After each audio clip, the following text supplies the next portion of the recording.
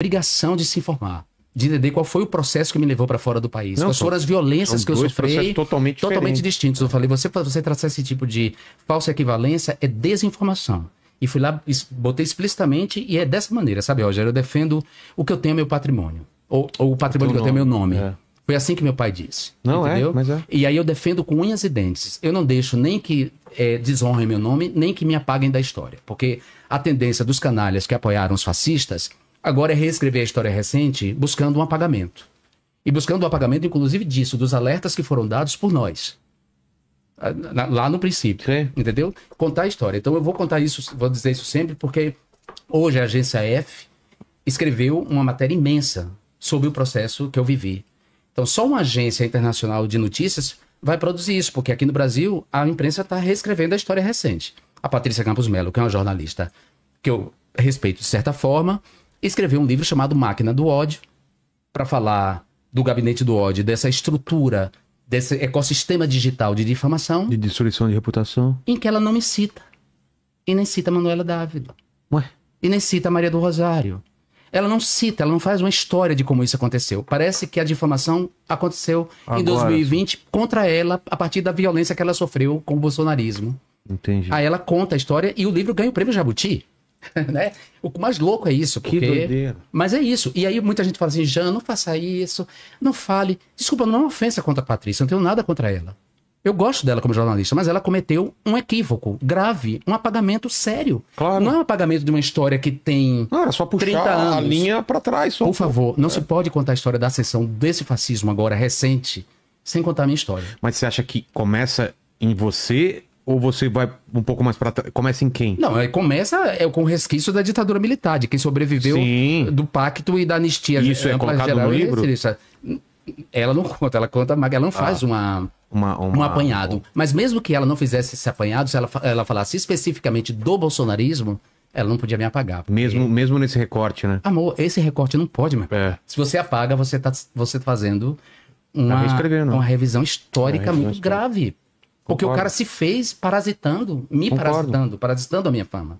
Montando uma máquina de ódio contra mim. A direita montou uma máquina de ódio contra mim. Eu fui a cobaia. Quer dizer, você não contar isso é muito grave. Você apagar uma pessoa que está aqui, que pode dizer que no podcast você apagou a minha história. É. E o prêmio Jabuti foi dado para ela. Entendi. Quer dizer, é muito sério, sabe? Então o que eu tenho como patrimônio é o meu nome. Ninguém vai desonrar, nem ninguém vai apagar enquanto eu existir. Depois eu vou produzir documentos para isso. Sim. Não, mas outra questão que a gente falou no começo aqui do podcast... Fica tranquilo. Toca em feridas muito Jean, não precisa se desculpar, ele já veio aqui, hoje você tem o tempo que quiser aqui, não é? Eu digo até pelo tom, é porque mexe em coisas muito profundas, claro, sabe? Claro, E que é a tua história. Porque assim, o trabalho do historiador é escavar, fazer essa arqueologia, descobrir essas pessoas que foram apagadas, trazer essas pessoas, só que a gente... são historiadores que estão se dedicados a tempos que foram soterrados. A gente está falando de um passado muito recente. Com um documento aí. A noite da votação do impeachment está clara aí, está aí para quem quiser ver. Você não pode contar a história da máquina do ódio ignorando isso. Não pode ignorar que Manuela Dávila foi vítima sistematicamente em 2018 de uma violência... Ela esteve aqui, a gente falou sobre isso. Inimaginável, pois Manuela não é citada no livro. Tudo bem que ela não me citasse, mas não citar Manuela, que era candidata a vice-presidente, não dá, cara. São falsificações da história que não podem ser admitidas, ainda mais de uma jornalista respeitada como ela e séria, que eu até admiro. Não pode, é um gafe que ela não pode fazer. Inclusive, quando ela fizer a revisão do livro, a segunda edição, eu espero que ela inclua. Eu acho que sim. Por favor. E aí vem aquela questão que a gente colocou no começo, né? Que é uma notícia de hoje mesmo, da Damares. Ela pediu perdão a você pelo que você disse. Ela é uma cínica do Alexandre de Moraes. Dá o contexto. Porque, na verdade, todos nós de esquerda criticamos a indicação. Primeiro estávamos indignados pelo golpe, né? Estávamos indignados com a traição de Michel Temer. Michel Temer trai Dilma Rousseff, participa do golpe, assume o governo, implementa uma agenda neoliberal e indica o Alexandre de Moraes. Então era óbvio que a gente ia criticar a indicação dele.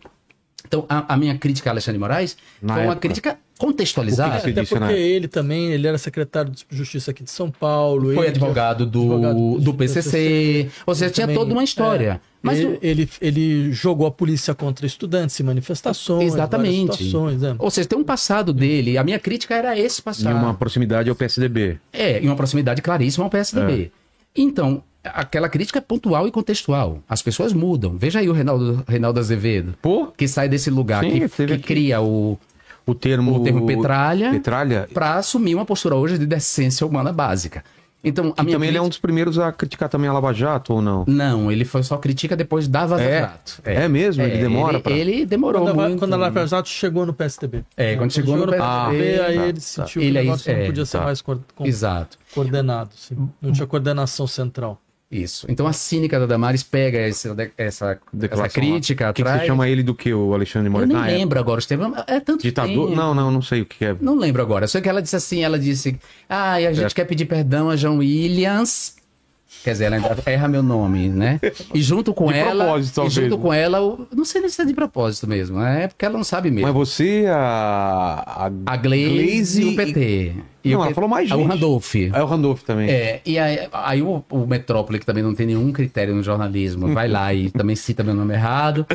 E aí as pessoas começaram a me marcar, eu fui lá e fiz uma série de tweets colocando ela no lugar dela, né? Quer dizer... ela é uma cínica, Mas claramente foi ironia, né? Óbvio que é uma ironia, ela é uma ardilosa, é uma das piores pessoas que eu acho, assim, mentirosa, compulsiva, ela tem fantasias sexuais assombrosas, né? Aquelas denúncias que ela faz, no fundo são fantasias dos dentes, são fantasias sexuais dela, ela é uma mulher visivelmente acelerada. E eu não gosto do discurso ad hominem, não, porque ela é uma fascista, mas nesse momento eu tenho que dizer porque é inacreditável que essa sujeita seja senadora da República e votada pelo DF. Enfim. Vamos, Kratos, perguntas. Bom, vamos lá. Antes aqui, ó, a IA melhorou a imagem que você... Melhorou, então o que você fez? A IA, eu só coloquei e pedi pra ela melhorar, verdade? Olha aí, Vladimir. Nossa, e esse Oxóssi voltou todo sexualizado. Então, Vladimir, ó que a inteligência. Se fosse a gente... Eu não posso pegar o meu Oxóssi, Não, se fosse a gente, ia ter que pegar aquela imagem, pintar com a acrílica por cima, fazer cada músculo. Quanto tempo da inteligência artificial demorou pra fazer? Um minuto. Oxóssi. Cara, que diferença da imagem, cara. Mas o arco não é de cipó, isso aí parece um ouro, alguma coisa, um cobre, sei lá. É a idade do bronze. É a idade do bronze, né? Manda aí, cara. Vamos lá, o TI, ele falou assim, entre Rússia e Ucrânia, quem vocês acham que está certo? Nossa, velho, não tem nada a ver. Não, vai pra outra pergunta. Vamos lá. Tem outra... Corinthians e Palmeiras. Vamos lá. Corintiano lá, né? Tamo junto aí. A Paula Andrade, ela fala assim, a esquerda perdeu a conexão com a periferia, como vocês veem esse afastamento e o que poderia ser feito para reverter isso? Que é o que o Mano Brown disse lá, o discurso dele. Eu não sei se a esquerda perdeu conexão com a periferia, não. Eu acho que a periferia, ela é cooptada por forças que tem um poder econômico muito maior o discurso da esquerda é um discurso difícil porque é um discurso de libertação, de emancipação, de desconstrução de preconceitos. E às vezes você se depara com pessoas que resistem a desconstrução de preconceitos e você se depara com pessoas que amam suas correntes. Olha, eu posso contar um caso? Antes de você contar, posso falar da minha experiência sabatinando os candidatos aqui, vendo tudo.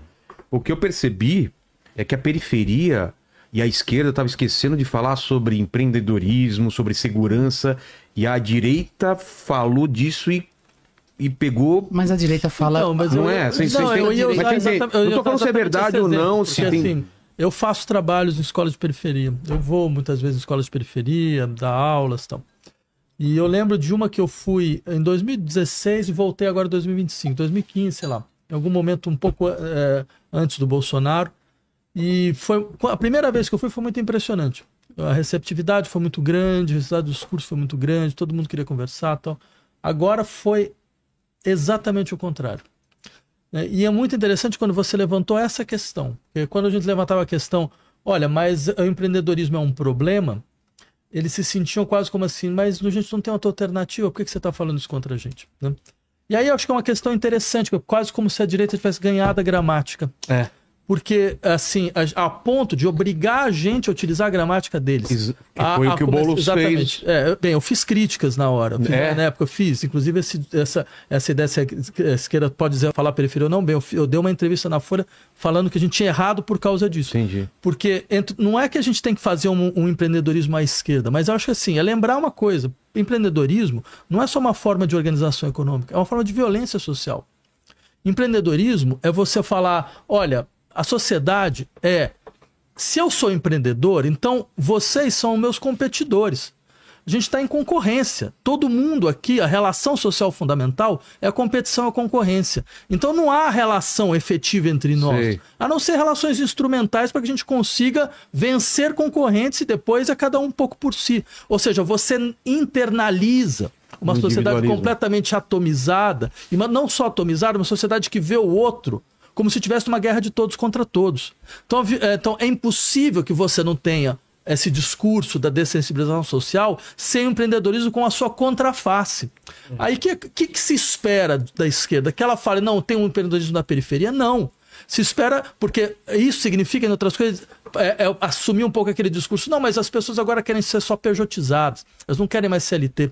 Eu acho isso uma coisa tão hilária, porque parece que você chegou para alguém e falou, olha só, tem CLT e tem PJ, qual que você quer?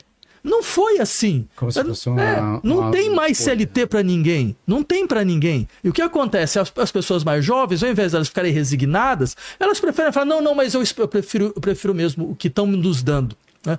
Então, ou seja, você limitou a possibilidade de proteção, de solidariedade entre as pessoas. E o discurso da esquerda não pode ser nunca a naturalização disso. Não pode. O discurso da esquerda tem que falar, não pode. A gente pode efetivamente construir uma sociedade solidária. Se você cair, vai ter gente que vai te sustentar. O Estado vai te sustentar. Não é só você, que nem o motorista de Uber, sabe? Que se o cara adoecer, não tem mais dinheiro. Ele não tem 13º. Não tem direito a seguro-saúde. Não tem nada. Não tem nada. Ele sozinho. E é difícil, porque assim, tem toda uma máquina de subjetivação das pessoas para que elas virem isso, para que elas se transformem nisso. Você vai controlar a hora que você trabalha, a hora que você não sei o quê, aonde você trabalha. E tem outros... Olha que louco, você controla a sua hora de você trabalha, mas aí você precisa trabalhar 12 horas. Claro. Você precisa trabalhar mais. E você pode ficar em casa, mas não dá. E você não tem segurança nenhuma. Né? Nenhum tipo de segurança em relação em outra escala é o que acontece com a gente aqui. Então assim, essa cobrança, porque assim, e também há periferias, as periferias também não são um bloco monolítico. E tem a parte da segurança também, né? Por exemplo, no Nordeste, a periferia é muito lulista, por exemplo. Claro. Mas contraditoriamente, enquanto ela se vê representada em Lula, por uma série de fatores que eu não vou me estender aqui, porque estamos todos cansados já, mas assim, tem aspectos subjetivos envolvidos aí na projeção do pai, da solução que vem do grande pai. Ou seja, tem uma periferia lulista que contraditoriamente vota nas piores pessoas, porque nós temos ainda o voto de Cabresto, uma herança do voto de Cabresto.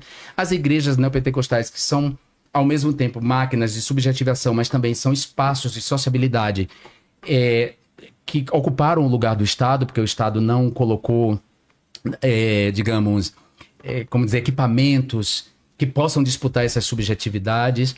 Ser de esquerda implica em você desconstruir preconceitos que estão profundamente arraigados nas pessoas. Então, por exemplo, na Baixa da Candeia, quando eu era menino, ela era plural, religiosa. Tinha vários terreiros de candomblé, o terreiro de Dona Rola, Dona Bebinha, de Joãozinho, de Arlindo, Joãozinho das Flores, ou seja, vários terreiros de candomblé, era uma periferia negra e tal. E nós, católicos, íamos para comer o AG1, nas festas de Cosme e Damião, ou seja, à medida que as igrejas neopentecostais se estabeleceram com essa teologia da prosperidade, essa solidariedade, esse mundo comum, essa tolerância foi sendo substituída por esse universo da política da inimizade. Se você é do mundo, se você não é da igreja, você é do mundo. Então as relações vicinais, as relações de vizinhança foram sendo destruídas. Aí vem junto com isso a homofobia, porque as pessoas não querem assumir, mas fundamentalmente as religiões monoteístas, de maneira geral, são fundamentalmente misóginas e homofóbicas. Ponto. Entendeu? A gente pode ter um ou outro pastor progressista, uma ou outra igreja progressista, mas está lá no texto. Então, você tem que definir laicidade, explicar o que é um Estado laico, plural, religioso. Você tem que defender a tolerância religiosa. Você não pode entrar no discurso de demonizar as religiões de matriz africana. Você não pode... Quer dizer, a esquerda tem muitos obstáculos e aí eu prefiro perder eleições e transformar o mundo do que ganhar a eleição reafirmando preconceitos. Não, isso quer ver com o lugar onde a esquerda quebra o pé exatamente nessas questões de periferia? Por exemplo, lembra da pele dos aplicativos? Pele dos aplicativos. Tá. Né? Você tem uma série da população que está completamente vinculada a esse sistema de capitalismo de plataforma. Tem países como Espanha, por exemplo, onde o sujeito que é do Uber, ele virou um empregado. Ele tem direitos trabalhistas, entendeu? Aí aqui, quando você ganha um governo, ao invés de você impor essa agenda, você entrega uma PL que era exatamente aquilo que essas empresas esperavam. Exatamente aquilo. Então, o que dá a impressão para a população? Que não tem, na verdade, outra alternativa de sociedade. Que é isso mesmo, que eu vou ter que saber me adaptar a isso. Isso é muito ruim, porque isso vai alimentando uma retração da imaginação. Imaginando que você não tem outras alternativas. Às vezes a vitória ela vem com o tempo, né? Se a gente pensar, por exemplo, aqui já encerrado, na figura de Jesus, né? Pra gente ficar aqui num repertório comum. Ele, tudo que ele pregou, toda a revolução que o discurso dele trouxe, em relação inclusive às concepções da antiguidade clássica, em relação ao que era virtude, a gente pode dizer que naquele momento foram derrotadas porque ele foi condenado à morte. E ao suplício e à morte. A morte horrível, que foi a morte na crucificação. Então a gente pode dizer ali que aquelas ideias de solidariedade, de amor ao próximo, de um mundo melhor, um mundo mais justo, foi derrotada porque ele foi morto. Mas não foi. Mesmo que depois uma estrutura chamada igreja tenha se apropriado do corpo dele. E esse corpo venha sendo explorado há 2000 anos, por exemplo, né? Aí quando eu digo corpo é porque literalmente toda a iconografia é o corpo dele. É o corpo dele. Imagine, é uma religião que se constrói na reafirmação da derrota desse sujeito. A imagem é a cruz dele lá, como se fosse a cadeira elétrica, né? Vamos substituir a cruz pela cadeira elétrica. É a imagem da derrota dos ideais dele. A religião se apropria desse corpo e começa a ganhar sobre esse corpo, como hoje os neopentecostais fazem. Mas sem entender o que esse cara disse, na verdade. Porque Silas Malafaia não tem nada a ver com a mensagem de Jesus nos evangelhos. Nada, absolutamente nada a ver. Mas ele está usando Jesus para ganhar dinheiro. Então essa tarefa da esquerda Rogério, uma tarefa bem difícil. Não é fácil ser de esquerda, não. Fala, craque. O cruzeirense vegano, ele fala... Jean, cruzeirense vegano. Você viu? Ele fala, Jean, mas se tudo não é merda, não seria importante alguém ir lá e limpar a merda? Querido... Eu gostei Eu sou a favor de que a gente não compartilhe a merda para não ter que limpar. Porque o trabalho de limpar a merda é sempre nosso. É sempre da esquerda, a gente sempre limpa a merda, a gente sempre contém os torturadores, a gente sempre tem que restaurar a democracia, ou seja, não é fácil limpar a merda. E os danos são muito demorados. Olha, para construir uma ponte precisa de muita gente. Basta uma bomba para destruí-la. E depois a tarefa de reconstruir, ela é difícil. Então, eu não quero limpar a merda, não. E por isso eu não quero que compartilhem a merda. O Marcelo Ribeiro, ele fala assim, a esquerda erra ao defender tanto as instituições como o STF e o Congresso, mesmo quando esses órgãos não atendem à demanda popular? Então, acho que tem uma questão interessante mesmo. Porque, bem, eu primeiro acho que, de fato, cabe à esquerda criar novas instituições. E não ficar tentando legislar em cima de instituições que funcionam mal. Né? Quer dizer, o Congresso sempre foi uma caixa de interesses, digamos, de oligarquias locais, de grandes grupos econômicos. Quer dizer, acho que nossa função maior é permitir com que o poder seja cada vez mais perto das pessoas e cada vez menos distante das representações. Agora, colocar essa questão hoje, tem essa questão do STF, porque boa parte do pessoal de extrema-direita resolve fazer esse discurso de que o STF está sendo ditatorial, né? E agora tem toda a discussão com o Trump, todo esse tipo de coisa. Bem, aí se for pensando nisso, aí claro, a questão fundamental é outra. Quer dizer, a gente descobriu uma coisa muito interessante, que existe um negócio que se chama soberania nacional. Quer dizer, mais uma vez, que a ideia de soberania nacional ainda faz algum sentido, porque, afinal de contas, se você não fizer isso, você não consegue ter nenhuma capacidade de decisão de qualquer coisa que seja dentro do seu território, né? Então tem, de fato, de você... acho que tem uma politização desse processo para mostrar, em última instância, que é muito importante que quem está no território decida sobre o território, né? E o que a gente está vendo hoje é tentar quebrar essa lógica. Tentar fazer com que todas as decisões reais não sejam mais nossas decisões. Sejam decisões que são tomadas em um outro lugar, do qual a gente não tem como interferir. Você percebe? Isso tem um nome clássico. Isso é imperialismo. É um nome clássico, não precisa inventar mais nada. É uma relação colonial, no sentido mais evidente do termo. Imaginar que tem políticos no Brasil que acham que isso pode ser defendido, que conseguiram parar o Congresso de 30 horas para defender um negócio dessa natureza. Desculpa, mas nem a ditadura militar fez isso. Fez uma coisa desse tipo. É surreal. É surreal. Nem o Geisel ia fazer um negócio dessa natureza. Ou seja, isso mostra o grau dessas pessoas. Essas pessoas, elas são um risco, a capacidade elementar da existência de política num lugar como o nosso. Totalmente. Sem falar da questão lógica básica, né? Que são pessoas que abriram mão, para usar aqui, as pessoas têm um vazio completo de pensamento, para usar a expressão da Hannah Arendt, porque eles acusam de fraude eleitoral. Mas como é que pode ter existido uma fraude eleitoral que elegeu uma maioria de direita e uma bancada de extrema direita enorme no Congresso Nacional? Como é que essas eleições podem ter sido fraudadas a favor da extrema-direita? Então, a acusação de fraude eleitoral é tão estúpida, tão irracional, tão imbecil. Mas que o Trump fez também, né? Como? O Trump também, né? Sim, claro. Mas perceba a gravidade. Quer dizer, os caras estão acusando as urnas que os elegeram de fraudulentas. Não tem, é um contrassenso. Então, é assim, a gente está vivendo o império da estupidez motivada. E isso é muito sério. Seríssimo, Rogério. A Letícia Cardoso, ela fala assim: a esquerda deve continuar apostando em políticas identitárias ou precisa voltar a priorizar pautas econômicas de massa? Eu acho que as duas coisas podem ser combinadas claramente. A prova de que isso é possível foram os meus 2 mandatos. A combinação dessa agenda de um liberalismo clássico, dos direitos civis, das liberdades individuais, os direitos das minorias com a pauta da justiça social.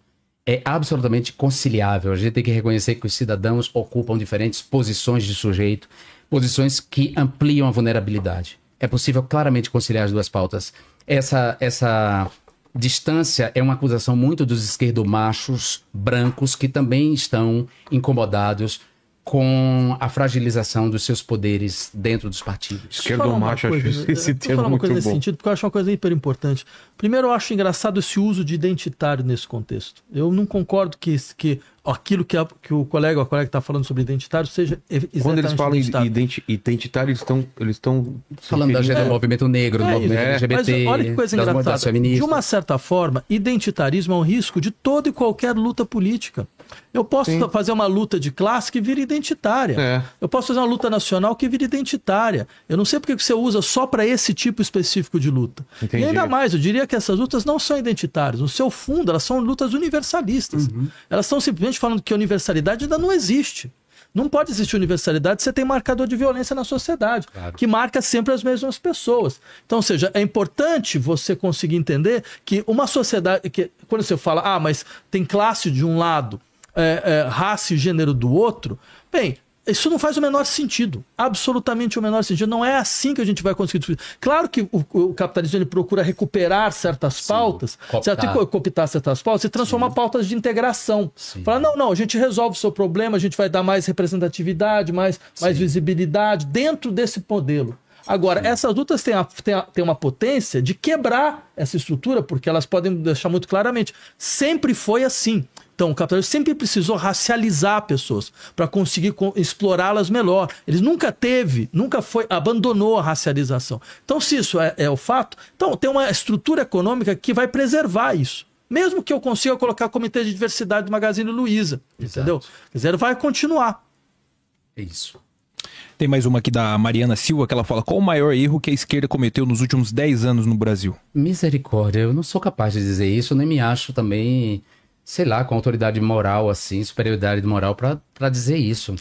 Mas, sei lá, se eu pudesse apontar algum erro, foi não ter levado a sério o que aconteceu na noite de 17 de abril de 2016, com o impeachment da Dilma. Eu acho que aí foi uma das coisas mais sérias mesmo, não ter tomado ter visto a gravidade daquele voto de Bolsonaro e de tudo que implicou aquela noite. E eu ainda acrescentaria mais uma. Acreditar que a gente conseguia gerir as crises do capitalismo. A gente ia dar uma gestão mais humana para a coisa. Certo? Crises que não tem como ser gerida. Por causa principalmente do primeiro mandato do Lula, deu essa impressão que era domável isso? Pois é, mas o primeiro mandato do Lula, ele se esgota.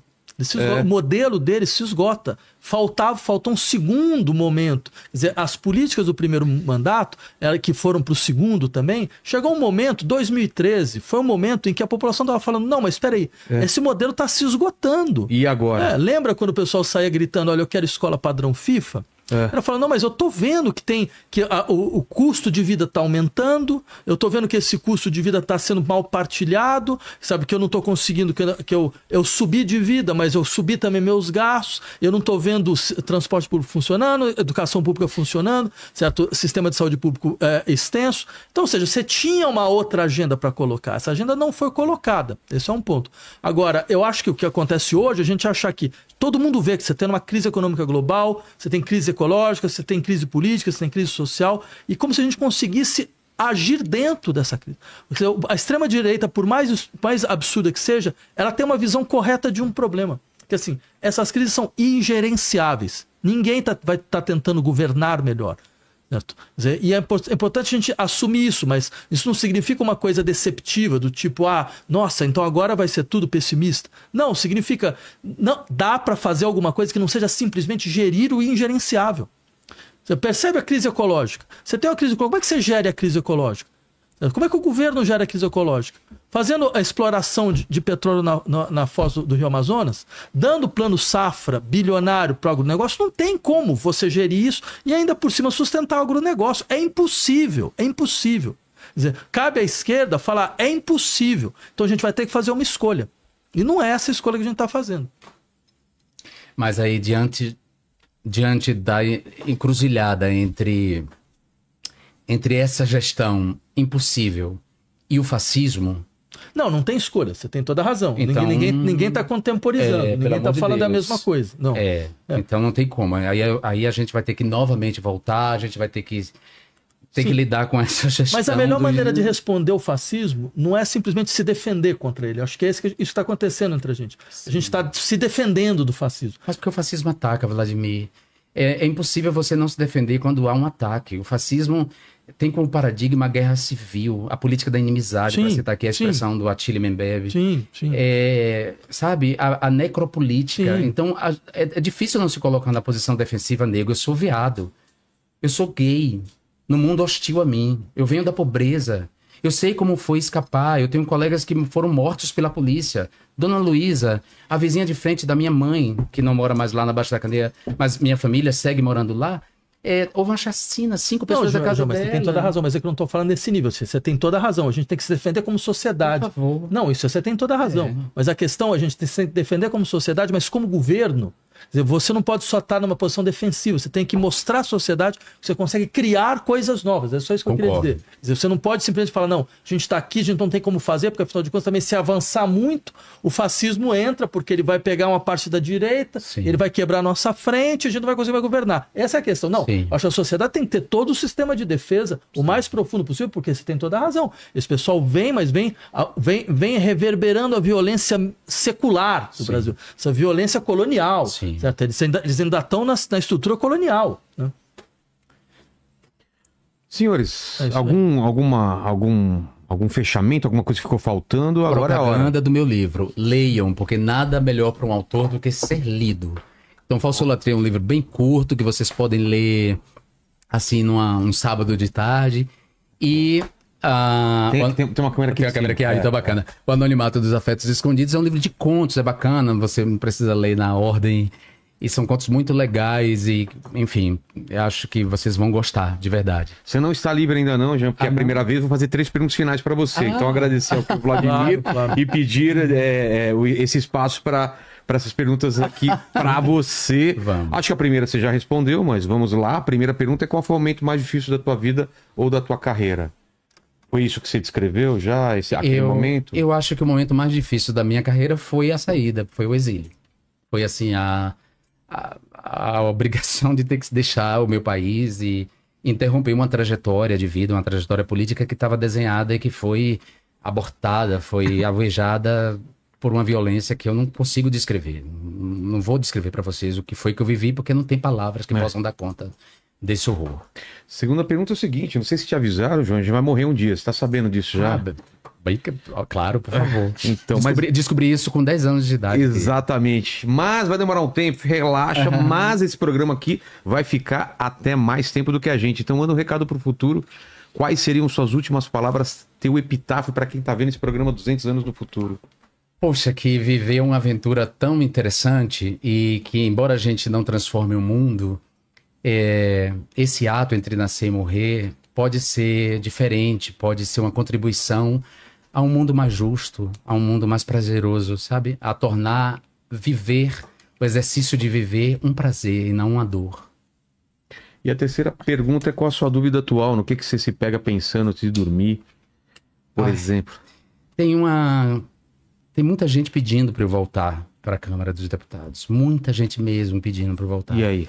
E eu não quero voltar. Mas, ao mesmo tempo, eu levo em conta o apelo das pessoas. Assim, isso tem me consumido as noites, porque eu não quero. Eu vivi uma violência lá e eu não quero, mas, ao mesmo tempo, sem messianismo nenhum, eu sei da minha responsabilidade com esse lugar que eu construí, que eu ocupei, e que ele é importante para a defesa dessa democracia, né? Então, eu estou nessa dúvida, eu diria. Ele volta ou não, Vladimir? Volta, claro. Precisa. As lutas tem em todos os lugares. Eu só volto se eu vier, Vladimir, com uma costa quente poderosa, uma frente assim, mas, sabe, representando muita gente. Aí eu volto, porque para viver o que eu vivi de novo, nego, eu não quero, não. Eu sei. Imagino. Obrigado demais, Jean. Agora é contigo, Vladimir, que tem seu livro aqui, redes sociais. Jean, passou suas redes sociais? Não, né? A minha é Jean Willis, @Jean Não Willis. é Jean Williams? Não, Williams não. Willis, não tem no meu nome, é WYLLYS, _ real. Boa. E as tuas redes e o teu livro, Vladimir? Fale aí. Fala o nome das redes? É. Tá. Não, é o meu nome. É seu nome, meu nome simplesmente. Você procura lá, né? Tá lá, mas assim... Mas bem, cara, eu pra vender coisas sou uma merda. Eu também. Me fala. Tem que falar do meu óculos também. Então eu vou dizer, Vladimir está lançando um livro que ele refez, chamado A Esquerda que Não Teme Dizer o Nome, que é uma referência a Oscar Wilde, muito interessante. Oscar Wilde é um autor britânico que foi condenado por pederastia, e ele dizia que a homossexualidade era o amor que não ousa dizer seu nome. Foi daí que eu tirei mesmo. Então pronto, claro, uma referência a Oscar Wilde. É que assim, eu tenho 2 super-eus, né? Tem um super-eu turco, que sempre fala, vai lá, vende. Mas eu tenho um super-eu marxista, que fala, pô, pelo amor de Deus, camarada, que história é? Aí eu não sei muito. Um sempre vence. Ficam briga, briga com o outro. Não, eu preciso, comprem meu livro, leiam, que é importante. A gente só existe, tá vivo, pois autor, quando ele é lido. Isso aí. Obrigado demais. Imagina, eu que agradeço. Tá, obrigado. Rogério. Obrigado. Lembra aquele like que eu pedi pro pessoal colocar? Falei que não ia se arrepender, não se arrependeu, não é? Mantém. E quem tá assistindo na TV também dá pra dar like. Dá, pô, facinho. Deixa de ser vagabundo, dá pra dar. Acha aí. E é hora de você brilhar. É hein? isso. O que o pessoal escreve nos comentários pra provar que chegou até o final dessa conversa? Olha, pra provar que você chegou até aqui, deixa aí, Síndrome de Cassandra. Síndrome de Pandora. Caixa de Pandora. Eu gosto mais de Síndrome de Cassandra. Síndrome de Cassandra. Tem um filme bonito. Obrigado demais. Fiquem com Deus aí. Beijo no cotovelo e tchau. Que bom que vocês vieram.